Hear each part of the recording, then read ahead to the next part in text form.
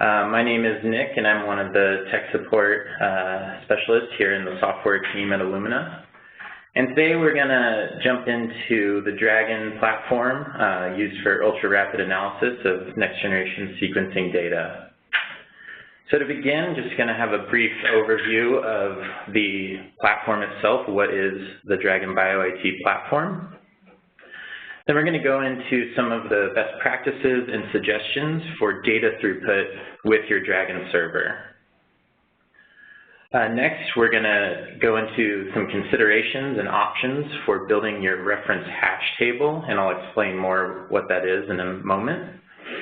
And after that, we're going to look at the different types of variant calling that DRAGEN can perform, as well as a small demonstration of germline variant calling using a whole genome sequencing data set.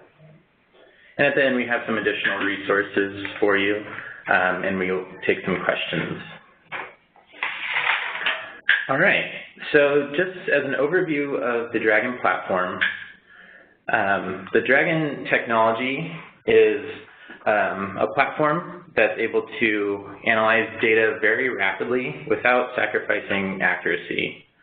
The short analysis times that DRAGEN can perform are achieved in large part as a result of utilizing special hardware in the server, and this is called a Field-Programmable Gate Array, or FPGA. And this little animation will explain what's happening in that FPGA. So in the context of a central processing unit, or CPU, which is a typical computer processor, the CPU is designed to handle many different tasks and cycle through those tasks. The overall speeds are slower for a given task than with an FPGA, but the FPGA is programmed to carry out very specific tasks. And this same task can be programmed across many cores to drastically increase the parallelization of the data processing. So Illumina sequencing instruments actually already use FPGAs. They use it to help process images during real-time analysis when the sequencing is actually occurring. And DRAGEN is another utilization of this technology, but for downstream data analysis. So with the use of FPGAs, along with efficiently written software to communicate back to the CPU and the server, this allows for the rapid turnaround time between obtaining your sequencing data to analysis results. And these short analysis times allow a single DRAGEN unit to process more data in a given time, decreasing the overall infrastructure needs for the same output if it were analyzed in a traditional CPU-based method. So what can DRAGEN do? Here are the various analysis pipelines that DRAGEN offers. One of them that is kind of the first step here is the ability to process our base call files, or BCLs, into FASTQ files. This is greatly accelerated due to the use of the FPGAs and can produce FASTQs from your large data sets very rapidly. DRAGEN can also align RNA-seq data and perform methylation analysis, such as for whole genome bisulfite sequencing. And DRAGEN can map and align your data, your DNA sequencing data, and perform various types of variant calling shown here. And that includes joint genotyping, joint calling, germline variant calling, as well as somatic variant calling for acquired mutations. So now I want to talk a little bit about some of the best practices, and this is really meant to enable DRAGEN users to get the most out of their DRAGEN server as far as the speed of analysis. So here, if we have an instrument, say we have our NovaSeq, and it's connected to a local storage system, which can be a server or a network-attached storage of some kind. And then we have connected to that our local DRAGEN server. And so data will stream from the instrument into the local storage unit. And then from there, the local DRAGEN server can communicate with that network-attached storage in order to read in and analyze data. So a couple of things that can impact the overall speeds of DRAGEN are slow file systems. So if there's any issues with input-output, reading and writing to that locally attached network storage, then that can impact the overall analysis time of DRAGEN. And the other thing that can impact it are slow bandwidth or slow network speeds. And with that, the data input size could dictate the data handling process. And there's a couple of options, but really the first one we have listed here is the one that we strongly recommend. It's the preferred method of transferring data in and out of the DRAGEN server.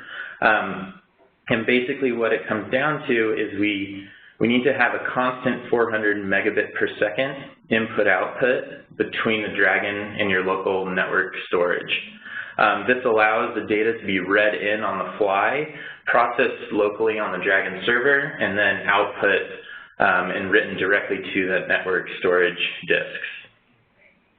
One consideration that needs to be taken into account when performing this type of data handling is that the DRAGEN intermediate files, so files written during analysis and then removed after analysis is complete, those need to be directed to somewhere on the local DRAGEN server itself.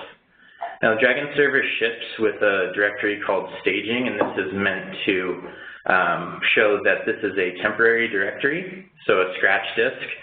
And that is where we want to write our intermediate results using that option, the intermediate results directory option. And that will ensure that all of the temporary files are written locally on the DRAGEN server and then removed after analysis. And this is important because when setting an output directory, that is the default location for scratch work with DRAGEN. So if you set your output directory to your network attached storage, but do not include the intermediate results directory, the overall speeds could be drastically impacted because it's waiting to traverse the network for all of its temporary work. The next option, and I'll reiterate that this first option is the preferred method regardless of the size of input data, but sometimes it might be necessary and possible to for a small input data set to actually copy that input data directly to the staging directory, direct the outputs to that directory as well, and then run your analysis entirely on the DRAGEN server.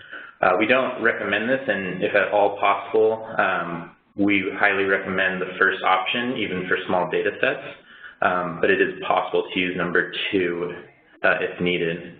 And we just want to reiterate that if you are copying your data to that staging directory, know that it is temporary and is not backed up in any way. It's configured in RAID 0. If any of the constituent disks go down, you could lose that data. So just be sure to save a copy of your data in a separate location.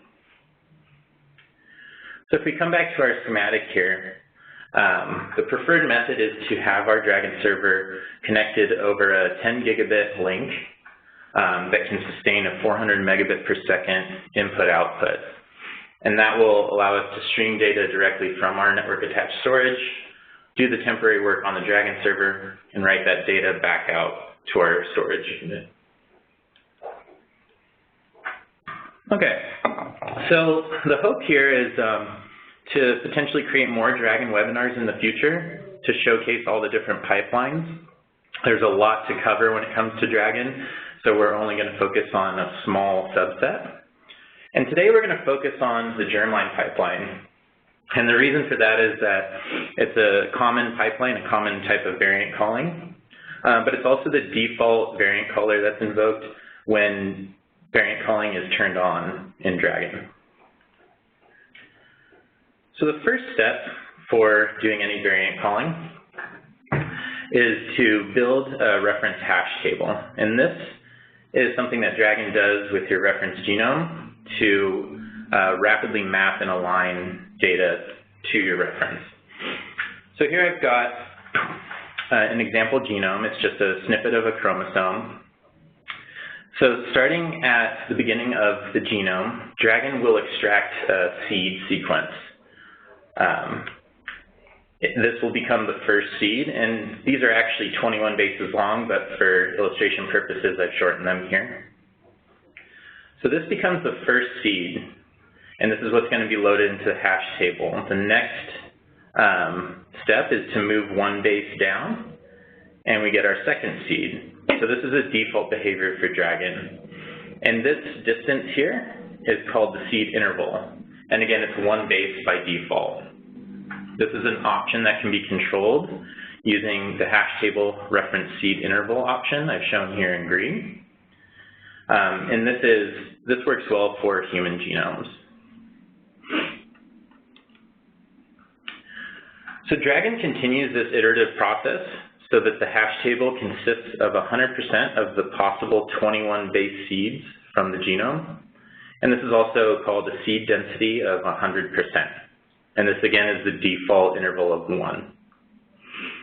As I mentioned, this works well for the human genome, but it is possible that if you have a very large genome, you may need to reduce that overall coverage in order to reduce the size of the resulting hash table. So using this HT ref seed interval option, which is set to 1, we're going to take a look at what happens if you set it to 2. So here I've set my interval to 2, and you can see that we've started at the beginning again, but instead of going to the very next base, we've skipped it and gone to the third base here. And that process continues, and as you can see from the image, this is a reference seed density of 50%. So going back to our default seed interval of 1, we have all of our seeds extracted from the genome. In the next step, the seed sequences are used to generate a hash table. So in this process, the sequences, a function is applied to the sequences, shown here is the arrow pointing to the right, and it returns a value. I simplified it just by showing a chromosomal location, but that same hash function is then applied to sample read seeds, so seed sequences taken from your actual data. The function is applied, and if the value it returns is found in that hash table, we have a match or a hit. Essentially, if we have a hit, we have an idea of where that seed sequence from your sample may have come from in the genome. And again, I mentioned that the seed length is defaulted to 21 bases. This is an option that can be configured somewhat, depending on the type of sequencing data you have. For shorter reads, you may want to go with a shorter seed length, and conversely, for longer reads, you may want to extend that seed length. The longer seeds can help to find exact matches, but it can result in lower than expected alignment. And shorter seeds can improve the accuracy of alignment, but can also increase the total alignment time. So here's an example of how the mapping is happening with DRAGEN after we've built our hash table. So here at the top, we have a sample read. And DRAGEN will take a snippet of that, and that's our read seed. So similar to how we take seeds from the genome, we're taking a seed from the sample read. We then match that or run it against the hash table to find exact matches. And here we can see we have quite a few exact matches. So we can also see on the flanking sequences that none of these are actually the same, but they do share this common seed in the middle. So the next step here is to do what's called seed extension. So DRAGEN will dynamically extend the seeds within the read sequence to narrow down the matches. And here we can see if we expand that seed out by 2 bases on either side, we've actually narrowed it down quite a bit. This process will continue to happen until it finds an exact match. And that is to a degree. It won't always find one exact match, and those are options that we can control listed here. And I'll talk about these in a moment. So although there are limits to how many extension steps are allowed, most of the sequences in the human genome can be resolved in this manner at a rate of greater than 99% with the default options built into DRAGEN. And for more information on these options, I've included a link down at the bottom left to the user guide and the page numbers that describe these options in more detail. So a couple of the options we mentioned for building a reference hash table. The first two we've talked about is the reference seed interval and seed length.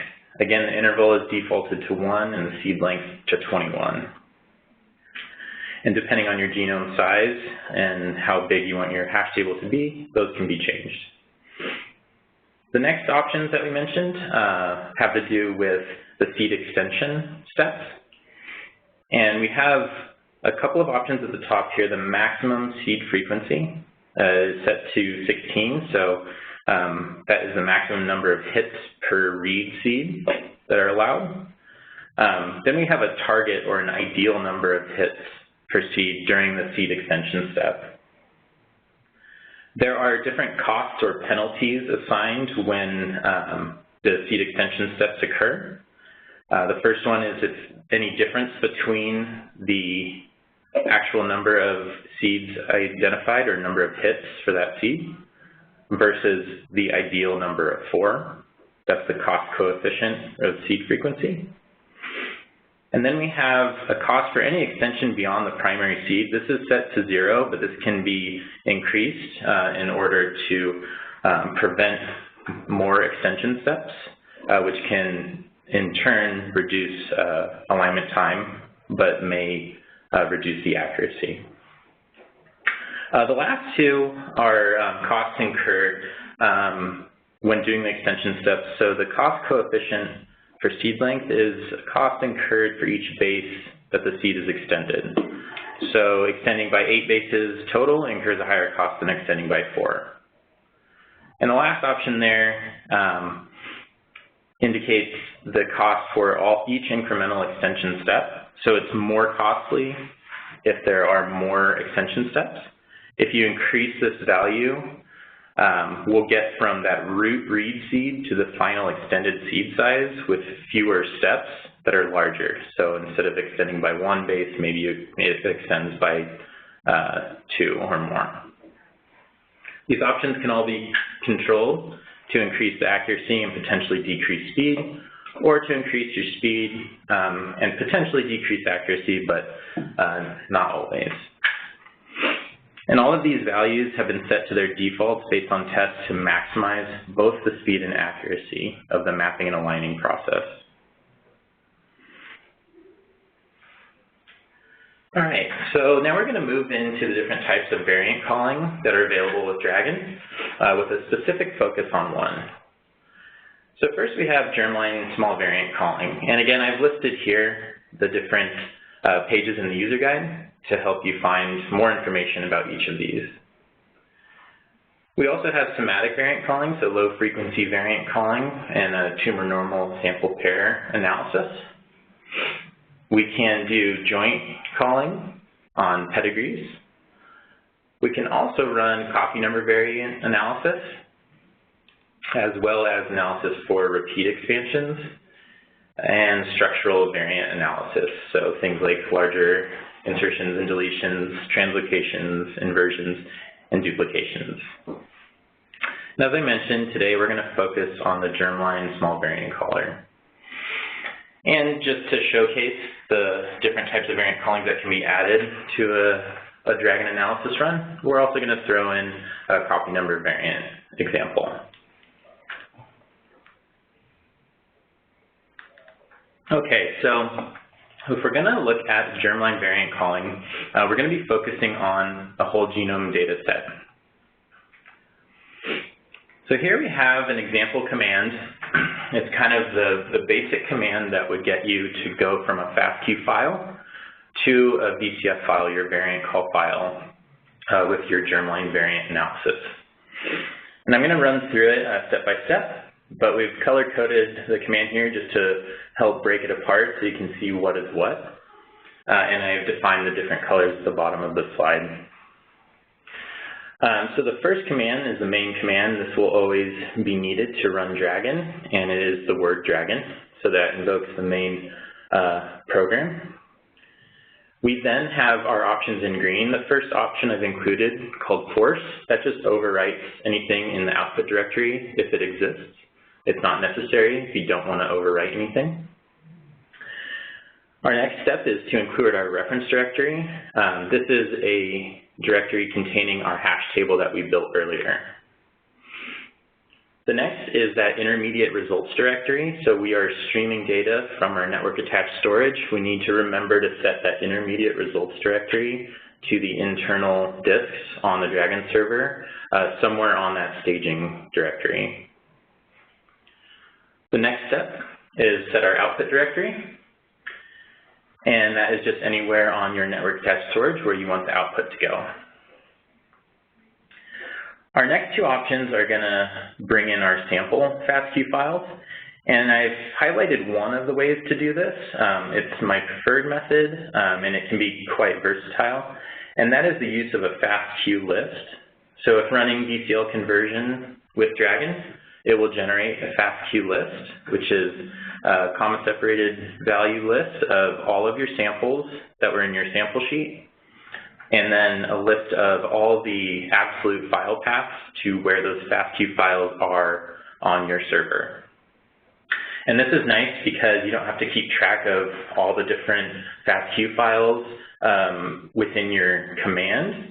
You can simply call out a specific sample ID with this FASTQ list sample ID option. And that will take a look at your FASTQ list listed here, and it will match that sample ID and then read in all the FASTQs associated with that sample ID. The next option I've included here is the output file prefix. This is necessary to include in the command, as it will prepend this value to all of your output results, and it will help you to keep them apart from one another. So you could do something like your sample ID right there again.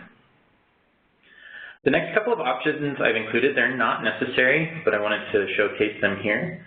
And that is the enable map line output. So when Dragon runs, it can go from FASTQ to VCF without saving any intermediate alignment files or BAM files. But if you do want to save that file, it is an option, and you just need to set this to true. The next option goes along with that, and that's what format you want. I've said BAM here. That is the default, but you can set it to something like SAM if you want. And again, these are not absolutely required, but if you do want to include them, you can save your BAM alignment. And lastly, because we're running a Germline variant calling, we need to turn on the variant caller. And that's done with this option here, enable variant caller, and we set it to true. And as I mentioned, stopping here, this is enabling the Germline variant calling algorithms, and that is going to be the default for Dragon.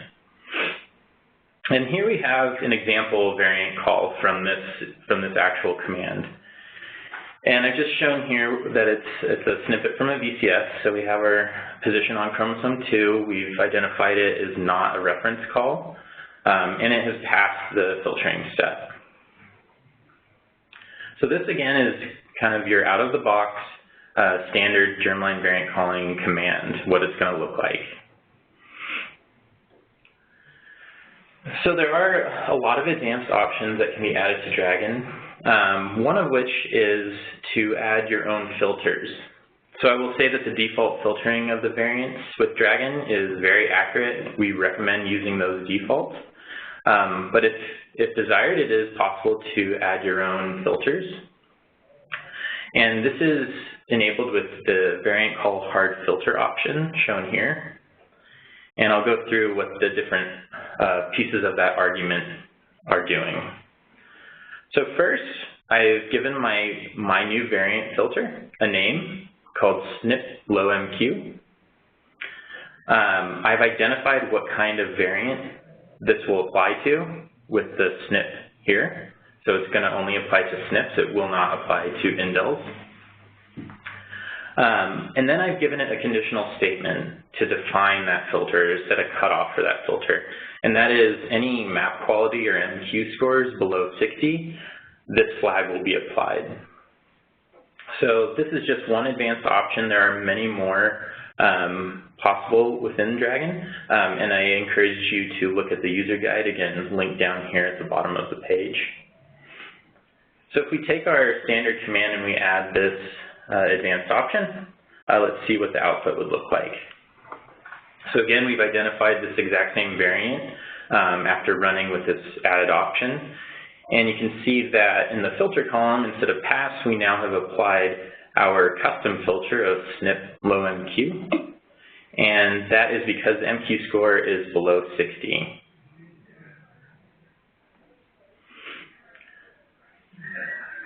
So next, I want to go into some more command options we can add to the same command, and that is to enable this copy number variant calling all at the same time.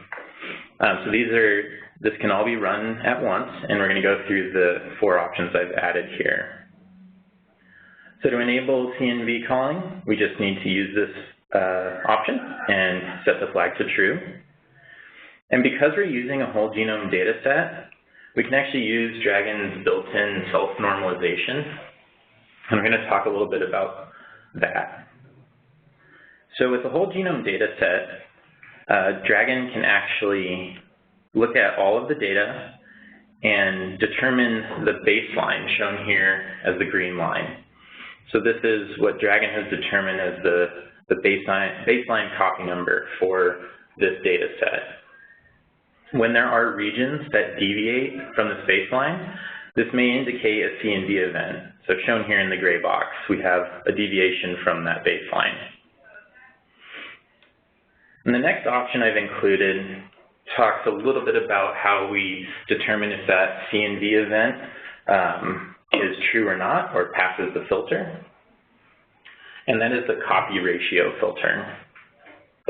So again, to illustrate what that is, we have our baseline here in green, and then we have this deviation that's been flagged as a potential CNV event. And the distance there, that's our copy ratio. So it's the magnitude of change from the baseline that must be met for the CNV event to be called as pass. Now the default is 0.2, but it can be set with that option listed there, the CNV filter copy ratio.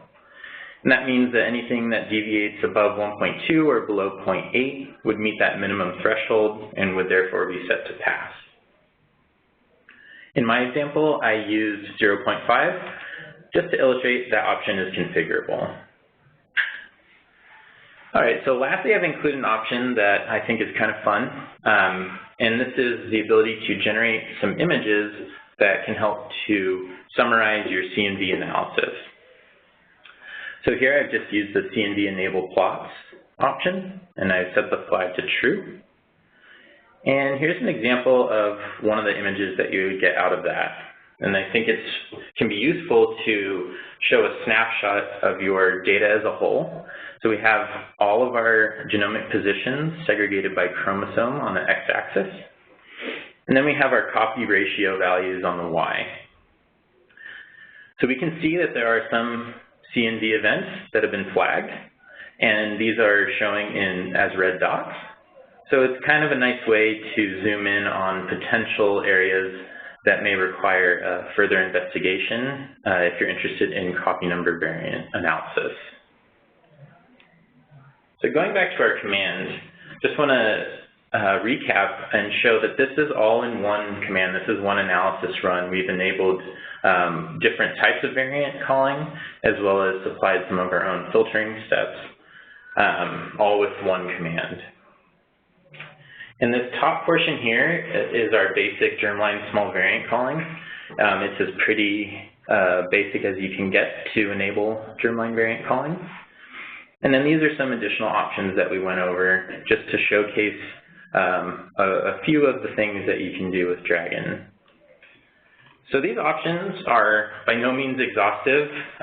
There's quite a bit of detail in the user guide, so we encourage users to go through that for more information. And We hope that the various links we've included throughout this presentation will help in finding those sections that you're interested in so that you can learn more about whatever aspect of DRAGEN you're interested in.